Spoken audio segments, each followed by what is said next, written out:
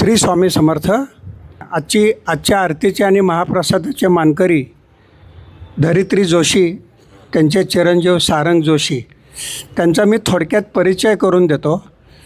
गेले कित्येक महिने झाले धरित्री जोशी यांच्या मनात इच्छा होती स्वामींना महाप्रसाद करायचा, पण त्यांच्या काही इतर कामामुळे काही तो योग येत नव्हता. मधल्या काळात काही त्यांच्यावर थोडीफार संकटे आले घरगुती. त्याच्यानंतर त्यांनी इथं दादांशी संपर्क सतत चालू होता, दादांचं मार्गदर्शन होतं. मधल्या काळात बऱ्याच त्यांची मानसिक जरा अस्वस्थता वाढली होती.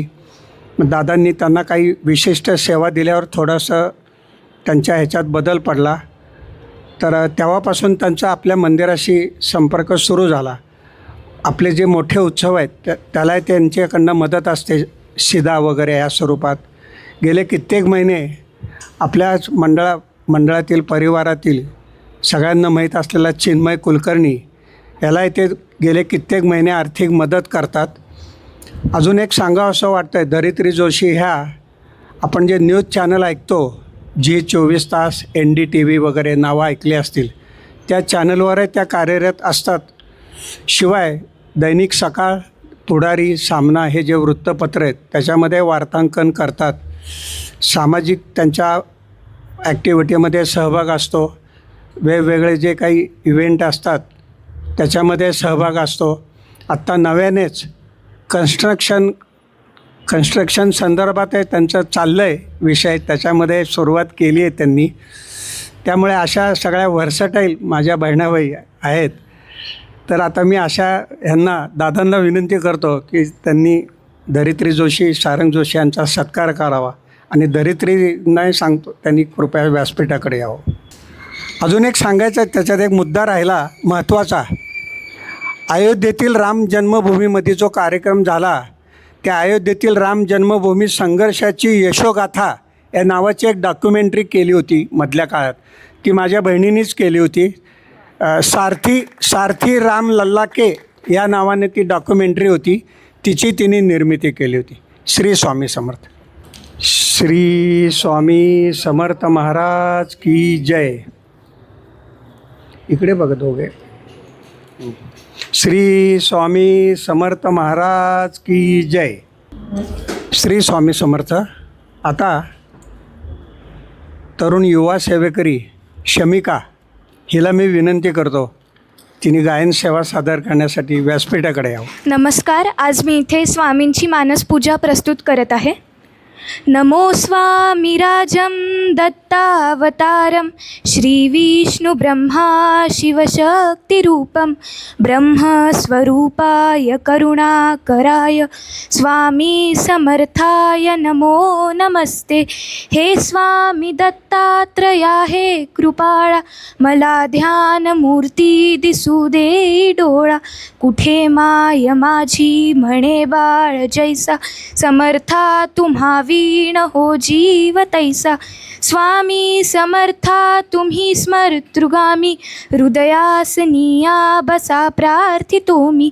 पूजेचे यथा सांग साहित्य केले, मखरात स्वामी गुरु बैसविले.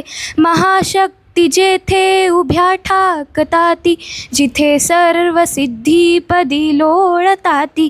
असे सर्व सामर्थ्य तो हा समर्थ, परब्रह्म साक्षात गुरुदेव दत्त. सुवर्ण ताटी महारत्न ज्योती, ओवाळुनी अक्षता लावू मोती. शुभारंभ ऐसा करुनी पूजेला, चरणावरी ठेवूया मस्तकाला. हा अर्ध्य अभिषेक स्वीकारी माझा, तुझी पाद्य पूजा करी बाळ तुझा. प्रणिपात साष्टांग शरणागताचा, तुम्हा वाहिला भार या जीवनाचा. ही ब्रह्मपूजा महाविष्णुपूजा, शिवशंकराची असे शक्तिपूजा. दही दूध शुद्धोदकाने तयाला, पंचामृती स्नान घालू प्रभूला. वीणा तुतार्या किती वाजताती, शंखादी वाद्ये पहा गरजताती. म्हणती नगारे गुरुदेव दत्त, श्री दत्त जय दत्त दत्त स्वामी समर्थ. प्रत्यक्ष गंगा जलकुंभी आली, श्री दत्त स्वामी सिया स्नान घाली. महासिद्ध आले पदतीर्थ घ्याया, महिमा तयांचा कळता जगाला. मी धन्य झालो हे तीर्थ घेता, घडू दे पूजा ही यथा सांग आता. अजान बाहु भव्य कांती सतेज, नसे मानवी देह हा स्वामी राज. प्रत्यक्ष श्री सद्गुरु दत्तराज, तया घालूया रेशमी वस्त्र साज. सुगंधित भाळी टिळा रे कियेला, शिरिहा जरी टोप शोभे तयाला. वक्षस्थळी लाविल्या चंदनाचा, सुवास तो वाढवी भावसाचा. शिरी वाहुया बिल्व तुलसी दलाते, गुलाब जाई जुई अत्तराते.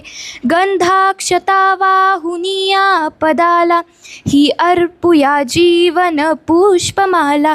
चरणी करांनी मिठी मारू देई, म्हणेले करासी सांभाळाई.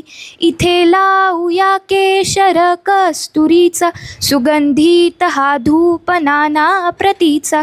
पुष्पांजली ही तुम्हा अर्पियेली, गगनातुनी पुष्पवृष्टी झाली. करुणावतारी अवधूत कीर्ती, दयेची कृपेची जशी शुद्ध मूर्ती. प्रभाफा कली शक्तीच्या मंडलांची, अशी दिव्यता स्वामी योगेश्वरांची.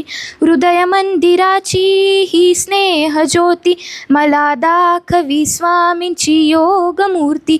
करू आरती आर्त भावे प्रभूंची, गुरुदेव स्वामी दत्तात्रयांची. पंचारती ही असे पंचप्राण, ओवाळूनी ठेऊ चरणावरून. निघेना पुढे शब्द बोलू मी तोही, मनीचे तुम्ही जाणता सर्व काही.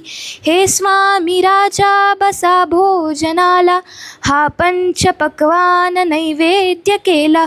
पुरणाची पोळी तुम्हा आवडीची, लाडू करंजी असेही खव्याची. डाळिंब द्राक्षे फळे आणि मेवा, हे केशरी दूध घ्या स्वामी देवा. पुढे हात केला याले कराने, प्रसाद द्यावा आपुल्या कराने. तांबूल घ्यावा स्वामी समर्था, चरणाची सेवा करू द्यावी आता. प्रसन्नतेतून मागू मी काय, हृदय ठेव माते तुझे दोन्ही पाय. सर्वस्व हा जीव चरणीच ठेवू, तुझी दक्षिणा मी तुम्हा काय देऊ.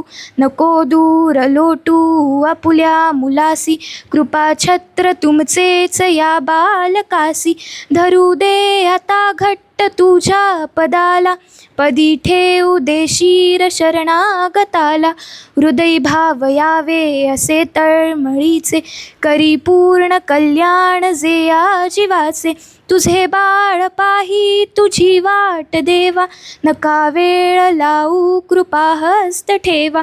मनी पूजनाची असे दिव्य ठेव, वसो माझी या अंतरी स्वामी देव.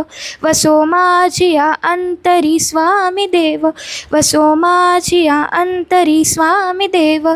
श्री दत्तार्पणमस्तु. शमिका, छान गायलीस. श्री स्वामी समर्थ. आज ज्याचा अन्नदान आहे, माझी बहीण धरित्री जोशी, गेले कित्येक महिने आपल्याच परिवारातील चिन्मय कुलकर्णी याला आर्थिक मदत करत असते.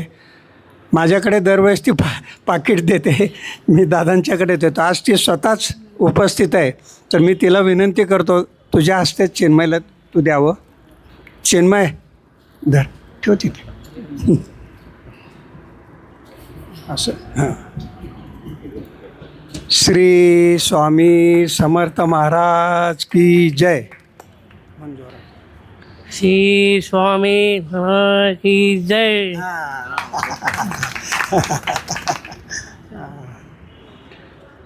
आता पुढील सूत्र मी दादांना देत आहे. श्री स्वामी समर्थ. आपण सामुदायिक जप पहिला घेऊ. इच्छित दाता सकल कार्य सिद्ध करता, सकल दुःख हरता श्री स्वामी समर्थ नमो नमः स्वाहा. इच्छित दाता सकल कार्य सिद्ध करता सकल दुःख हरता श्री स्वामी समर्थ नमो नमः स्वाहा. इच्छित दाता सकल कार्य सिद्ध करता सकल दुःख हरता श्री स्वामी समर्थ नमो नमः स्वाहा. इच्छित दाता सकल कार्य सिद्ध करता सकल दुःख हरता श्री स्वामी समर्थ नमो नमः स्वाहा. इच्छित दाता सकल कार्य सिद्ध करता सकल दुःख हरता श्री स्वामी समर्थ नमो नमः स्वाहा. इच्छित दाता सकल कार्य सिद्ध करता सकल दुःख हरता श्री स्वामी समर्थ नमो नमः स्वाहा. इच्छित दाता सकल कार्य सिद्ध करता सकल दुःख हरता श्री स्वामी समर्थ नमो नमः स्वाहा.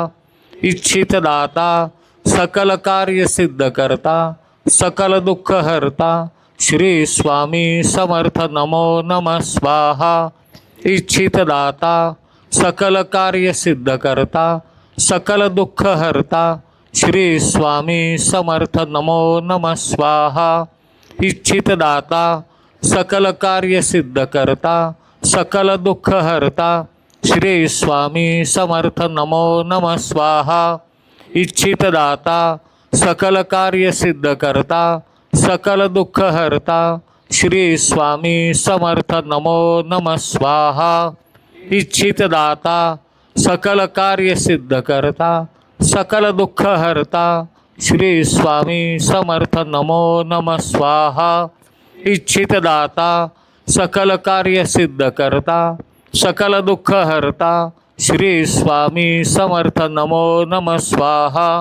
इच्छित दाता सकल कार्य सिद्ध करता सकल दुःख हरता श्री स्वामी समर्थ नमो नमः स्वाहा. इच्छित दाता सकल कार्य सिद्ध करता सकल दुःख हरता श्री स्वामी समर्थ नमो नमः स्वाहा. श्री स्वामी समर्थ. एक दोन उल्लेख आत्ता करावेसे वाटतात. प्रबोधन आपण सुरू करायच्या अगोदर मी असं म्हणतो की आत्ता जिने मानसपूजा इथे सादर केली तर मी शमिकाला तिच्या आईला आणि आजीला हा तिघांनाही मी इथे बोलवतो, कारण अतिशय सुंदर पद्धतीने मानसपूजा जर का आपण डोळे मिटून घेतले असतील तर आपल्याला ती जरूर जाणवेल की जणू काय आपणच स्वतः ती पूजा करायला बसलो आहोत. मी इथे तिघींनाही त्या इथे आमंत्रित करतो. आणि विशेष म्हणजे चिखली इथून जवळ 20 किलोमीटर लांब दूर आहे ते. हे सगळेजण इथं मुद्दामून आज ह्या सेवेकरता इथे आले, आपल्या आरतीला इथं उपस्थित राहिलेले. एक छोटंसं बक्षीस आपण फक्त देत.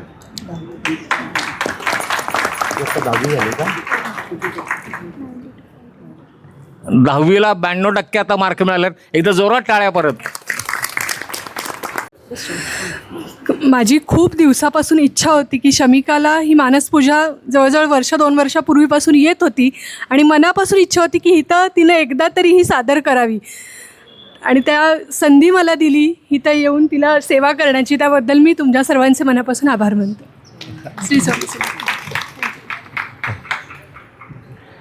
आणखीन 2 छोट्या सेवेकरांच्या एकदा टाळ्या व्हायला पाहिजे की त्या सेवेकरांना मी इथे पुढवतो. अर्णव आणि त्याचा एक नवीन मित्र इथे आलेले आहेत. मी मागे पण एकदा अर्णवचं नाव घेतलं होतं आणि आजपासून हा एक छोटा सेवेकरी आपल्याकडे इथे सेवेकऱ्यांची यादीमध्ये समाविष्ट झालेला आहे. आता सेवेबरोबरच त्याला थोडंसं काहीतरी वाचनाची पण गोडी लागावी म्हणून हे स्वामीचरित्र जे आपलं पोथी जी आहे गोष्टीरूप वाचलं तरी हरकत नाही. याच्यात छोट्या छोट्या गोष्टी आहेत. या सुट्टीमध्ये तू ह्याचं वाचन कर. एकदा टाळ्या परत जोरदार. त्या अशा लहान वयामध्ये आम्हाला सेवा करायची आहे हा शब्द त्यांच्या तोंडी येतो. ही खरोखरच एक आश्चर्याची गोष्ट म्हणली पाहिजे. आणि ही स्वामींची लीला आहे अशी की ते अशा लहान मुलांपासून आपल्याबरोबर इथे नगरकर काका सगळ्यात वयोवृद्ध वय वर्ष 83 8 ते 83 असे हे आपल्या सेवेकरांची जी आहे त्याला आपण रेंज म्हणता येईल. किंवा संपूर्ण हा मंदिराचा जर का आपण इतिहास बघितला की असे लहान वयात जे सेवेकरी इथं आलेले आहेत, आज मोठमोठ्या हुद्द्यावरती कामं करत आहेत, मोठमोठ्या पदावरती कामं करत आहेत, पण इथे आल्यानंतर फक्त सेवेकरी हा आपल्याकडं जो बॅच आपण देतो सगळ्यांना, तो सेवेकरी या शब्दाला जागून ते इथं सेवा करत असतात. आणि हे ते जे सेवा करतात म्हणून हा आपला गुरुवारचा कार्यक्रम एक सोहळा होतो. श्री स्वामी समर्थ. धोंड्याचा महिना आला. आता धोंड्याचा महिना आला म्हणजे काय झालं की म्हणजे मुळात हे नावच कसं पडलं. आपण एखाद्याला सहज बोलून जातो ना, दगडच म्हणतो की नर्मदेतला गोटा धोंडा, म्हणजे ज्याला काहीही काम नाही, ज्याला काहीही डोकं नाही, ज्याला काही महत्त्व नाही, अशा एखाद्या व्यक्तीला आपण तसं म्हणतो. ते तसंच या महिन्याचं होतं. या महिन्याला काही नावगाव काही नव्हतं. कुठला महिना हा? मग अधिक महिना. अधिक महिना हे अधिक महिना कसा घाल, मग अधिक तरी नाव कसं पडलं त्याच्यात? अगदी आता सुरुवातीपासून सगळं सांगतो की आपल्याकडं कालगणना जी आहे, म्हणजे आत्ता आपण इंग्रजी वर्ष म्हणतो की ते पूर्वीच्या काळी सूर्य आणि चंद्र दोन पद्धतीने ही आपले दिवस मोजले जायचे. दिवसाची सुरुवात आहे म्हणजे सूर्य उगवल्यानंतर ते सूर्यास्त होईपर्यंत आणि चंद्र उगवल्यानंतर चंद्रास्त म्हणजे दुसऱ्याशी सकाळपर्यंत असे ते भाग पडलेले दिवसाचे. त्याप्रमाणे जर का बघितलं, आता इंग्रजी वर्ष आपण बघितलं 365 दिवस असतात आणि ह्या कालगणनेनुसार जर का आपण बघितलं की सूर्य आणि चंद्र असं जर का बघितलं तर ते दिवस होतात 354. राहिला 11 दिवसाचा मधला फरक. 11 दिवसाचा फरक आपल्याला 30 दिवसांमध्ये विभागता येणार नाही, म्हणून मग 11 गुणिले 3 ते झाले 33. हे 33 दिवसांचा हा महिना केला. म्हणजे आता म्हणताना आपण असं 30-3 म्हणतो आपण, साधारण एक महिना आपला 30 दिवसांचा असतो, कधी कधी 31 येतो, पण हा मराठी जर का आपण बघितलं की साधारण 30 दिवसावर महिना संपतो. तिथीचा क्षय झाला किंवा वाढीव असेल तर वेगळं, पण मग हे पुढचे जे म्हणजे 3 दिवस जे आहेत, 33 दिवसांचा हा महिना. आणि हा महिना म्हणजे आपल्याला थोडक्यात ही आपल्या पूर्वजांनी की आपल्या ऋषीमुनींनी करून दिलेली एक सोय आहे. त्याच्यामध्ये ॲडजस्टमेंट म्हणतो ना आपण, की हा एक महिना मध्ये आला. ह्या 3 वर्षांतर एक आपल्याला हा अधिक महिना म्हणजे काहीतरी आपल्यात ॲडजस्टमेंट करण्याकरता असं आपण म्हणू सोडलेला महिना थोडक्यामध्ये किंवा वाढवलेला हा महिना आहे. ह्याला कुठलंच नावगाव काही नव्हतं, म्हणून मग ते धोंड्याचं पडलं. दगड धोंड्या पण म्हणतो तसं ते धोंड्याचा हा धोंड्याचा महिना हा.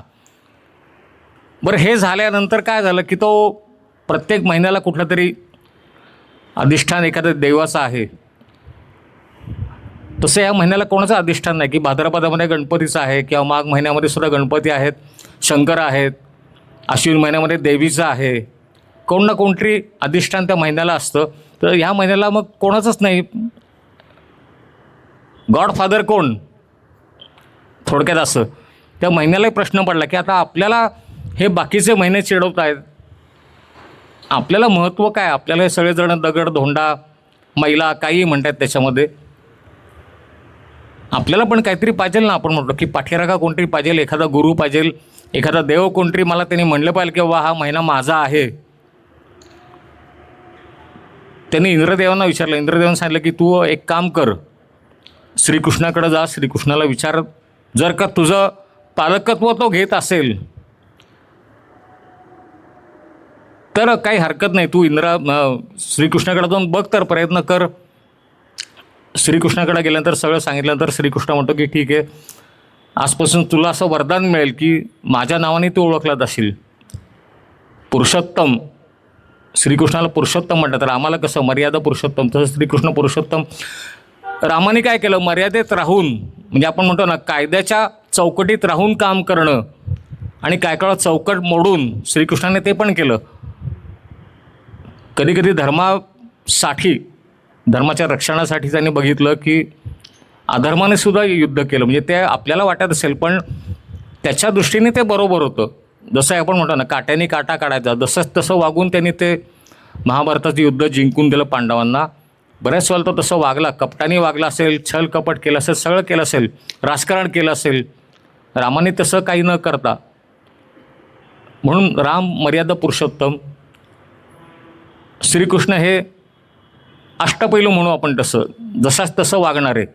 मग श्रीकृष्णाने एकदा मान्यता दिल्यानंतर त्या महिन्याला खूपच महत्त्व आलं मग एकदम.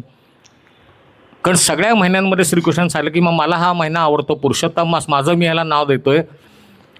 मग ह्याच्यामध्ये तुम्ही काय करा. आता श्रीकृष्ण हा विष्णूंचा अवतार आहे, मग तुम्ही विष्णूंची उपासना करा. जेवढं तुम्हाला करता येईल विष्णूंची उपासना अशासाठी की जगाचा पालन करता तो आहे. ब्रह्मा विष्णू म्हणजे कसं की ब्रह्माने निर्मिती करायची, विष्णूंनी पालन करायचं आणि शंकरांनी त्याचा नाश करायचा. मग हे आपले जे पालनकर्ते आहेत त्यांची आपण उपासना करण्याकरता मग विष्णू सहस्त्रनाम आहे किंवा ओम विष्णवे नमः हा मंत्र आहे. आणि त्याच्या जोडीने आपल्याला संपत्ती हवी, विष्णूंची उपासना केली तर त्याच्याबरोबर लक्ष्मीची पण उपासना करा. ओम श्रीम नमः म्हणजे विष्णू सहस्त्रनाम, ओम विष्णवे नमः हा मंत्र आणि ओम श्रीम नमः हा मंत्र. आणि त्याच्याबरोबर आपलं स्वामींचं जेवढं करता येईल, श्री स्वामीचरित्र सारामृत आहे, रोज पारायण म्हणलं तरी त्याला 2.5 तास लागतात. नाही म्हणलं तर रोज 3 अध्याय, तेवढा वेळ नाही म्हणलं तर रोज 1 अध्याय, 1 माळ जप, ही स्वामींची सेवा झाली. आणि महाराजांनी जसं सांगितलं की मी सर्वस्वी मीच होतो, म्हणजे मीच राम होतो, मीच श्रीकृष्ण होतो, तसं महाराजांना जर का विष्णू मानलं, आपल्या जवळपास विष्णू मंदिर नसेल तर स्वामी आहेतच. जी काय सेवा असेल विष्णू चरणार्पण वस्तू म्हणून स्वामींच्या चरणी जरी आपण ठेवली तरी ती रुजू होईल. त्याच्यामध्ये करण्यासारखं आणखी बरंच आहे, जेवढं आपण करायला जाऊ. पण मी दरवेळेला सांगत असतो की आपली नोकरी, आपले व्यवसाय, आपली शारीरिक स्थिती सांभाळून उगाच आवडहवे कुठले संकल्प करू नका. जेवढं जमेल तेवढा संकल्प करा, नाही संकल्प केला तरी चालेल, जशी जमेल तशी सेवा करा. पण त्याच्यामध्ये हा महिनाभर नियमितता ठेवा. आपल्याला मुद्दामून दिलेलं आहे. आपल्या इतर धर्मामध्ये बघा बऱ्याचशा ज्या काय त्यांचे नियम असतात ते कसोशीने पाळले जातात.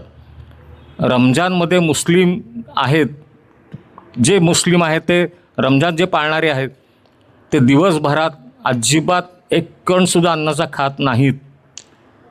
संध्याकाळी सूर्य मावळल्यानंतरच किंवा पर्युषण काळामध्ये जे जैन धर्म जे लोक आपले बांधव आहेत ते सूर्यास्त व्हायच्या अगोदर खात असतात, सूर्य मावळल्यानंतर काही खात नाहीत. म्हणजे हे त्यांच्या धर्माला जे नियम सांगितलेले आहेत ते पाळतातच. आपल्याकडं थोडंसं आपल्याकडं पळवाट अशी आपण करतो की एकादशीचा उपवास असेल तर 15 पदार्थ करू, रोज 2 करू, पण एकादशीला 15 करू आणखीन त्याच्यात. हा अधिक महिना त्याच्याकरता आपल्याला दिलेला आहे की आपल्या शरीराची स्वच्छता, आपल्या मनाची स्वच्छता. आता आपण बघितलं असेल बाहेर पंचकर्म आहेत, बरीचशी क्रीम मिळत आहेत, ते सनबाथ का सोनाबाथ अनेक काही आलेले आहेत त्याच्यामध्ये. पण पूर्वीच्या काळी आपल्याला फुकट हे होतं. आता आपण पैसे घालून हे सगळं करतो, पूर्वीच्या काळी हे फुकट होतं. 1 महिनाभर हे अशी सोय तेवढ्याकरता केलेली. श्रावण महिना आहे, मार्गशीर्ष महिना, आपले पूर्वज खूप हुशार होते. तुम्ही करून बघा, 1 महिनाभर उपास करून बघा. त्याच्यामध्ये उपास म्हटलं तरी आपल्याला दोन्ही पद्धतीने करता येईल. पूर्वी असं करत होते की धारणे आणि पारणे, म्हणजे 1 दिवस उपास धरा, दुसऱ्या दिवशीचा पारणं करा, म्हणजे उपास सोडा. ह्या महिन्यामध्ये अधिक महिन्यात 1 दिवस परत उपास धरा, परत दुसऱ्या दिवशी पारणं करा, उपास सोडा, असं सुद्धा करता येतं. ज्याला नसेल जमत 1 दिवसाचा एक वेळचा उपास असं सुद्धा चालू शकतं. एक भुक्त म्हणतो आपण तसं, ते त्या पद्धतीने करू शकता. फक्त मी असं म्हटलं की शारीरिक आपली पहिली बघा कसं आहे ते.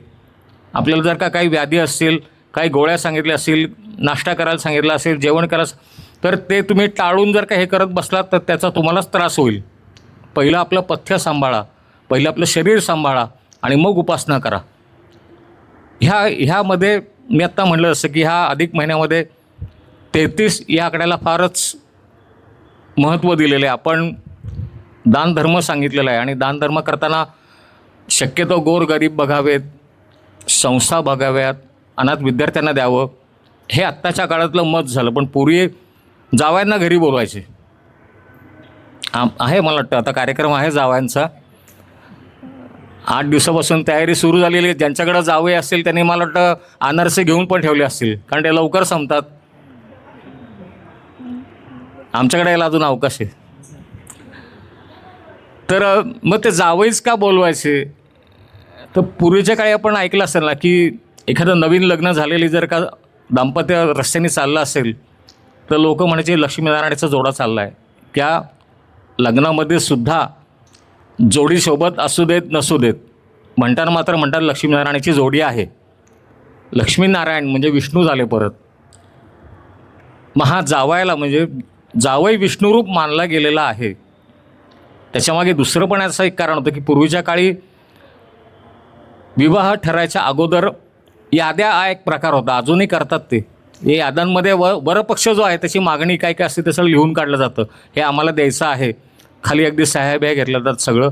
ऐन वेळेला जो जावई असतो तो किंवा त्याचे वडील किंवा त्याची आई कोणीतरी मध्येच उभं राहतं आणि हे सगळं मान्य, हे सगळं दिलेलं आहे, यादीप्रमाणे दिलेलं आहे, तरीसुद्धा काहीतरी मागणी केली जाते त्याच्यावर की जी काय कळाला मुलीच्या वडिलांना ती जाचक ठरेल किंवा मुलीच्या वडिलांचा त्याच्यामध्ये अपमान होऊ शकतो, बेअब्रू होऊ शकते, अशी पण मागणी केली जाते. असं काही होऊ नये म्हणून आपला जावई हा विष्णुरूप असावा, आपल्या मुलीला पुढे कुठलाही त्रास होऊ नये. पूर्वीच्या काळी असं म्हणत होतं, म्हणजे गमतीने म्हणायचे असे की जसे 9 ग्रह आहेत तसा जावई हा 10वा ग्रह आहे. ते 9 ग्रह पिडतातच, हाही पिडत असावा. त्या काळात असे बरेच अनुभव आलेले असावेत. तर असं काय होऊ नये म्हणून बाबा त्या आपल्या पूर्वजांनी कुठेतरी ही परत रीत आणली की बाबा तुम्ही जावायला घरी बोलवा, त्याला अनारसे द्या. आता अनारसेच का म्हणतात की असा एक पदार्थ जो आहे तो कधी शिळा होत नाही, असं त्याला वरदान येतं अनारशाला.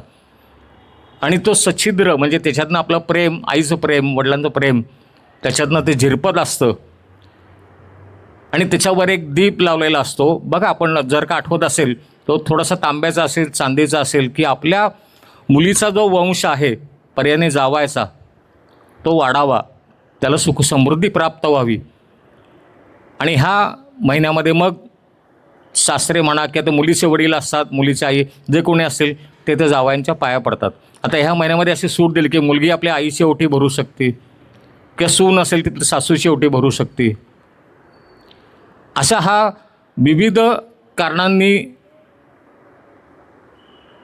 समृद्ध असलेला आपण म्हणू की आपल्याला आपलं सेवा जर का करायची असेल, आपली सेवा वाढवायची असेल आणि जसा श्रीकृष्णांनी आशीर्वाद दिला की या महिन्यात जो कोणी सेवा करेल त्याला त्याचं फळ 10 पटीने अधिक मिळेल. मग आपण जर का सेवेचा मार्ग या महिन्यात जर का आखून घेतला, जर का काही ठरवून घेतलं ह्या अमुक दिवसामध्ये आपण अमुक करायचं, मी आत्ता म्हणलं सर जेवढं आपल्याला जमेल तेवढं. हां, एखादा महिना राहिला की आता महिलांना काही अडचणी असतात त्या जर का सुटल्या तर हरकत नाही, पण महिनाभर आपल्याला चांगली संधी आहे आपलं शारीरिक स्थिती सुधारण्याची, आपली मानसिक स्थिती सुधारण्याची, आपली मनस्थिती, आपली आध्यात्मिक शक्ती वाढवण्याची. कारण जर का आपण 1 माळ सेवा केली तर आपल्याला 10 माळेचं त्याच्यात पुण्य मिळणार आहे. आपलं बँक खातं कसं असतं, व्याज वाढत जातं, तसं त्या आपलं सेवेने आपलं जे पुण्य असेल ते वाढवायचे असेल. ही एक चांगली संधी आली, ही संधी आपल्याला दर 3 वर्षांनी मिळते, तर त्या संधीचा आपण जरूर फायदा घ्यावा. ज्या साधकांना कोणाचे गुरूंचं जर का काही संबंध येत असतील, म्हणजे बाबा अमुक ठिकाणी कोण जात असाल तर त्या गुरूंची सेवा करा. त्या ठिकाणी जाऊन बरेचसे लोक जातात, आम्ही अमुक एक गावात जातो, आमचे गुरु आहेत, आम्ही अनुग्रह घेतलेला आहे, ते गुरु आपले सांभाळ करत असतात. ही जी गुरुमंडळी किंवा जी संत मंडळी असतात ती आपल्या साधकांचा करतातच, पण संत किंवा महर्षी किंवा ऋषी ही जी लोकं आहेत ती लोकं आहेत म्हणून आपला हिंदू धर्म आहे. आणि ह्या लोकांनी धर्माचा विचार न करता धर्माच्या बाहेर जाऊन, म्हणजे आपला मनुष्य हिंदू आहे का तो मुस्लिम आहे का तो ख्रिश्चन आहे हे न बघता ह्या लोकांनी त्या भक्त लोकांचा उद्धारच केला. महाराजांनी सुद्धा तेच केलं. त्यांच्याकडे अनेक जाती जमातीची लोकं येत होती, पण त्यांनी असं कधी बघितलं नाही हा कुठला आहे, तो कुठला आहे, तो असं काही नाही. एक गोष्ट फक्त अशी सांगतो छोटीशी, टेंबेस्वामी आपल्याला सगळ्यांना नाव माहिती असेल. दत्तभक्ती त्यांची इतकी प्रखर, धर्माच्या बंधनात राहून काटेकोरपणाने भक्ती करणारे.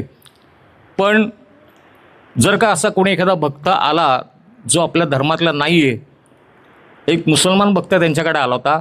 भक्त म्हणण्यापेक्षा तो युवक, जेव्हा त्यांनी स्वामींना जेव्हा बघितलं तेव्हा त्याला असं वाटलं की इतकं तेजपुंज टेंबेस्वामींचं जे देह होता, हे कोणतरी दैवी अनुभूती आहे. त्यांना वाटलं, त्या मुसलमानाला वाटलं की हे कोणतरी दैवी शक्ती आहे यांच्याकडं. माहिती नसताना, काही माहिती नाही कसं करायचं काय करायचं, तो सरळ त्यांच्या पायावरती त्यांनी डोकं ठेवलं आणि त्यांनी विनंती केली की महाराज माझा तुम्ही उद्धार करा, खूप मी गांजलेलो, मी खूप अडचणीमध्ये आहे. म्हणजे त्यांनीसुद्धा असं बघितलं नाही की बाबा हे हिंदू धर्माचे आहेत, मी मुसलमान आहे. टेंबे स्वामींचं जे व्यक्तिमत्वच असं होतं, खेचून घेणारं समोरच्याला, त्याप्रमाणे तो खेचला गेला. त्याचं गारणं किंवा त्याची विनंती ऐकल्यानंतर टेंबे स्वामींनी त्याला कोराणामधीलच काही मंत्र सांगितले. म्हणजे ही पण एक आश्चर्याची घटना म्हणली पाहिजे की कोराणातले सुद्धा मंत्र किंवा कोराणातल्या ज्या त्याला हयाते म्हणतात काय, त्यासुद्धा त्यांच्या पाठ होत्या. किंवा त्याला सांगताना त्याने तो उपाय सांगितला. त्यांनी असं नाही सांगितलं तू अमुक एक कर हिंदू धर्माचं की आपला धर्म आहे, हा कुठला आहे काय, असं काही न करता त्यांनी ओळखलं हा कोण आहे ते. म्हणजे त्यांचं दिव्यत्व असं होतं की त्यांनी समोरचा मनुष्य वाकला हा मुसलमान आहे त्यांनी ओळखलं आणि झटक्यात त्याला त्या कोराणातल्या मंत्र त्याला दिले किंवा त्या हयाते म्हणतात आपण, ते त्याला म्हणायला सांगितले होते. अशीच घटना त्यांच्या बाबतीत परत आणखीन घडली जिथं मुस्लिम लोकांशी संबंध आला त्यांचा. एक चिटणीस नावाचे ग्रहस्थ होते, त्यांच्याकडं टेंबे स्वामी जाणार. उद्या ते येणार म्हटल्यानंतर आज त्या चिटणीसांच्या घरामध्ये त्यांची पत्नी, त्यांची बहीण, त्यांचे इतर नातेवाईक सगळे टेंबे स्वामी येणार. मग त्यांनी सगळ्यांना सांगितलं होतं. त्यांच्या दर्शनाकरता बरीचशी लोकं त्यांच्या घरात जमा झाली आणि त्यातल्या एका स्त्रीला नेमका त्यांचा मासिक धर्म जो म्हणतो तो आडवा आला. त्याबरोबर त्या पूर्वीच्या काळामध्ये तर हे चालणारच नाही. त्यांनी सांगितलं तू एक दिवस आज घराच्या बाहेर थांब, महाराज येणार आहेत आमच्याकडं, तू घराच्या बाहेर जाऊन थांब. आता नेमकं तिने काय केलं, समोर घराच्या बाजूला कुठेतरी मशीद वगैरे असेल त्या भिंतीला तिथे ते टेकून बसून राहिली दिवसभर तिथेच. आता ती तिथे बसल्यानंतर त्या अवस्थेमध्ये घराबाहेर जात नाहीत. पण नेमकी ती गेल्यानंतर एका पिशाच्याने तिला तिथं पकडलं. ते पिशाच्य पण होतं मुस्लिमच नेमकं. टेंबे स्वामी गेल्यानंतर जेव्हा ती घरी आली तर वेगवेगळे हातवारे करायला लागली, आरडाओरडा करायला लागली. तिच्या घरच्यांना समजेन हे असं काय झालं, आता सकाळी तर ही चांगली होती. परत कोणीतरी टेंबे स्वामींच्याकडे गेलं की आत्ता तुम्ही ज्या घरी गेला होता तिथली स्त्री अमुक अमुक अशा प्रकारे वागते. तर टेंबे स्वामी म्हटले मी परत येतो बघायला तिथे. म्हणजे अशाला परत त्यांनी हा विचार नाही केला की ती बाबा रजस्वाला आहे. ते आले तिथं त्यांच्या घरी, त्यांनी बघितलं त्यांच्यासमोर तर ते अखंड तांडव करायला लागले. कारण ते पिशाच्य आणि समोर दत्त महाराज, म्हणजे टेंबे स्वामी दत्त महाराज, त्यांच्यासमोर उभं राहायची टापच नाही ना. त्यामुळे प्रचंड आरडाओरडा ती करायला लागली. टेंबे स्वामींनी बघितलं अंतर्यामी ते स्वतः दिव्यत्वाने, त्यांनी बघितलं कोण आहे हा. तर त्यांना असं जाणवलं की त्या मशिदीचा जो मालक होता तो मालक पिशाच्या रूपामध्ये होता आणि त्या मशिदीकडे आता कोणी लक्ष देत नाही, मशीद पडलेली आहे ही त्याची तक्रार होती. म्हणून त्यांनी त्या बाईला पछाडलं तिथे. टेंबे स्वामींनी सांगितलं ताबडतोब ह्या बाईला मुक्त कर. आवाज एकदम करारा त्यांचा पण, म्हणजे समोर पिशाच्य आहे, मुस्लिम आहे, कोण आहे त्यांनी न सांगता. आणि आश्चर्याची गोष्ट म्हणजे त्यांनी सांगितलं की मी सोडतो, फक्त माझी एवढी विनंती मान्य करा की ती मशीद दुरुस्त होईल असं बघा, नाही तर पाडून तरी टाका एकदाची ती. पण टेंबे स्वामींनी त्या चिटणीसांना सांगितलं की चिटणीस एक काम करा, तुम्ही त्याला वचन द्या की ही मशीद मी दुरुस्त करतो. म्हणजे मशीद एक धार्मिक स्थळ, मुस्लिम धार्मिक स्थळ दुरुस्त करून घ्यायचं चिटणीसांच्याकडनं, म्हणजे ब्राह्मणाकडनं.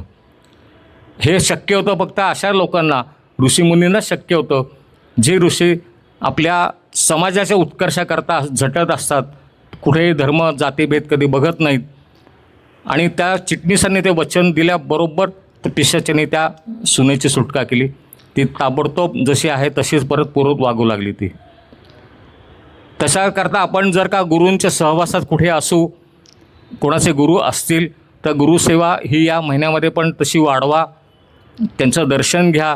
जेवढं शक्य होईल तेवढं, मी आत्ता सांगितलं परत, एक महिनाभर आपल्याला दिलेली संधी आहे देवाने, आपल्या पूर्वजांनी, जेणेकरून आपल्याला जे बॉडी क्लिन्झिंग जे आपण म्हणतो, सध्या शब्द वापरला जातो नेहमी, तसं आपण करून घ्यायचं. ते आपणच करून घ्यायचं आणि मोफत आहे, फक्त करावं लागतं आपल्यालाच.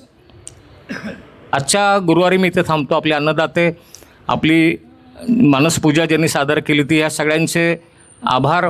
आणि आपला पालखी सोहळा जो आहे तो पालखी सोहळा इथून मार्गस्थ झाल्यानंतर ज्या भक्तांना पालखीबरोबर जायचं असेल तर त्यांनी पालखीबरोबर जायचं आहे, आणि ज्या भक्तांना महाप्रसाद घ्यायचा असेल त्यांनी इथे थांबायचं. फक्त बसून राहायचं सगळ्यांनी. आत्ता कोणी उठू नका. पालखी इथून येईल, पालखी मार्गस्थ होईल, आणि मग ज्यांना पालखी घ्यायचं असेल त्यांनी पालखीबरोबर जायचं आहे. एकदा आपण स्वामींचा जय जयकार करू आणि मग पालखी सोहळ्याच्या सेवेकरांना इथनं पालखी घेऊन जायला सांगू. जय जय श्री स्वामी समर्थ. जय जय श्री स्वामी समर्थ. जय जय श्री स्वामी समर्थ. श्री स्वामी समर्थ अण्णा महाराज की जय.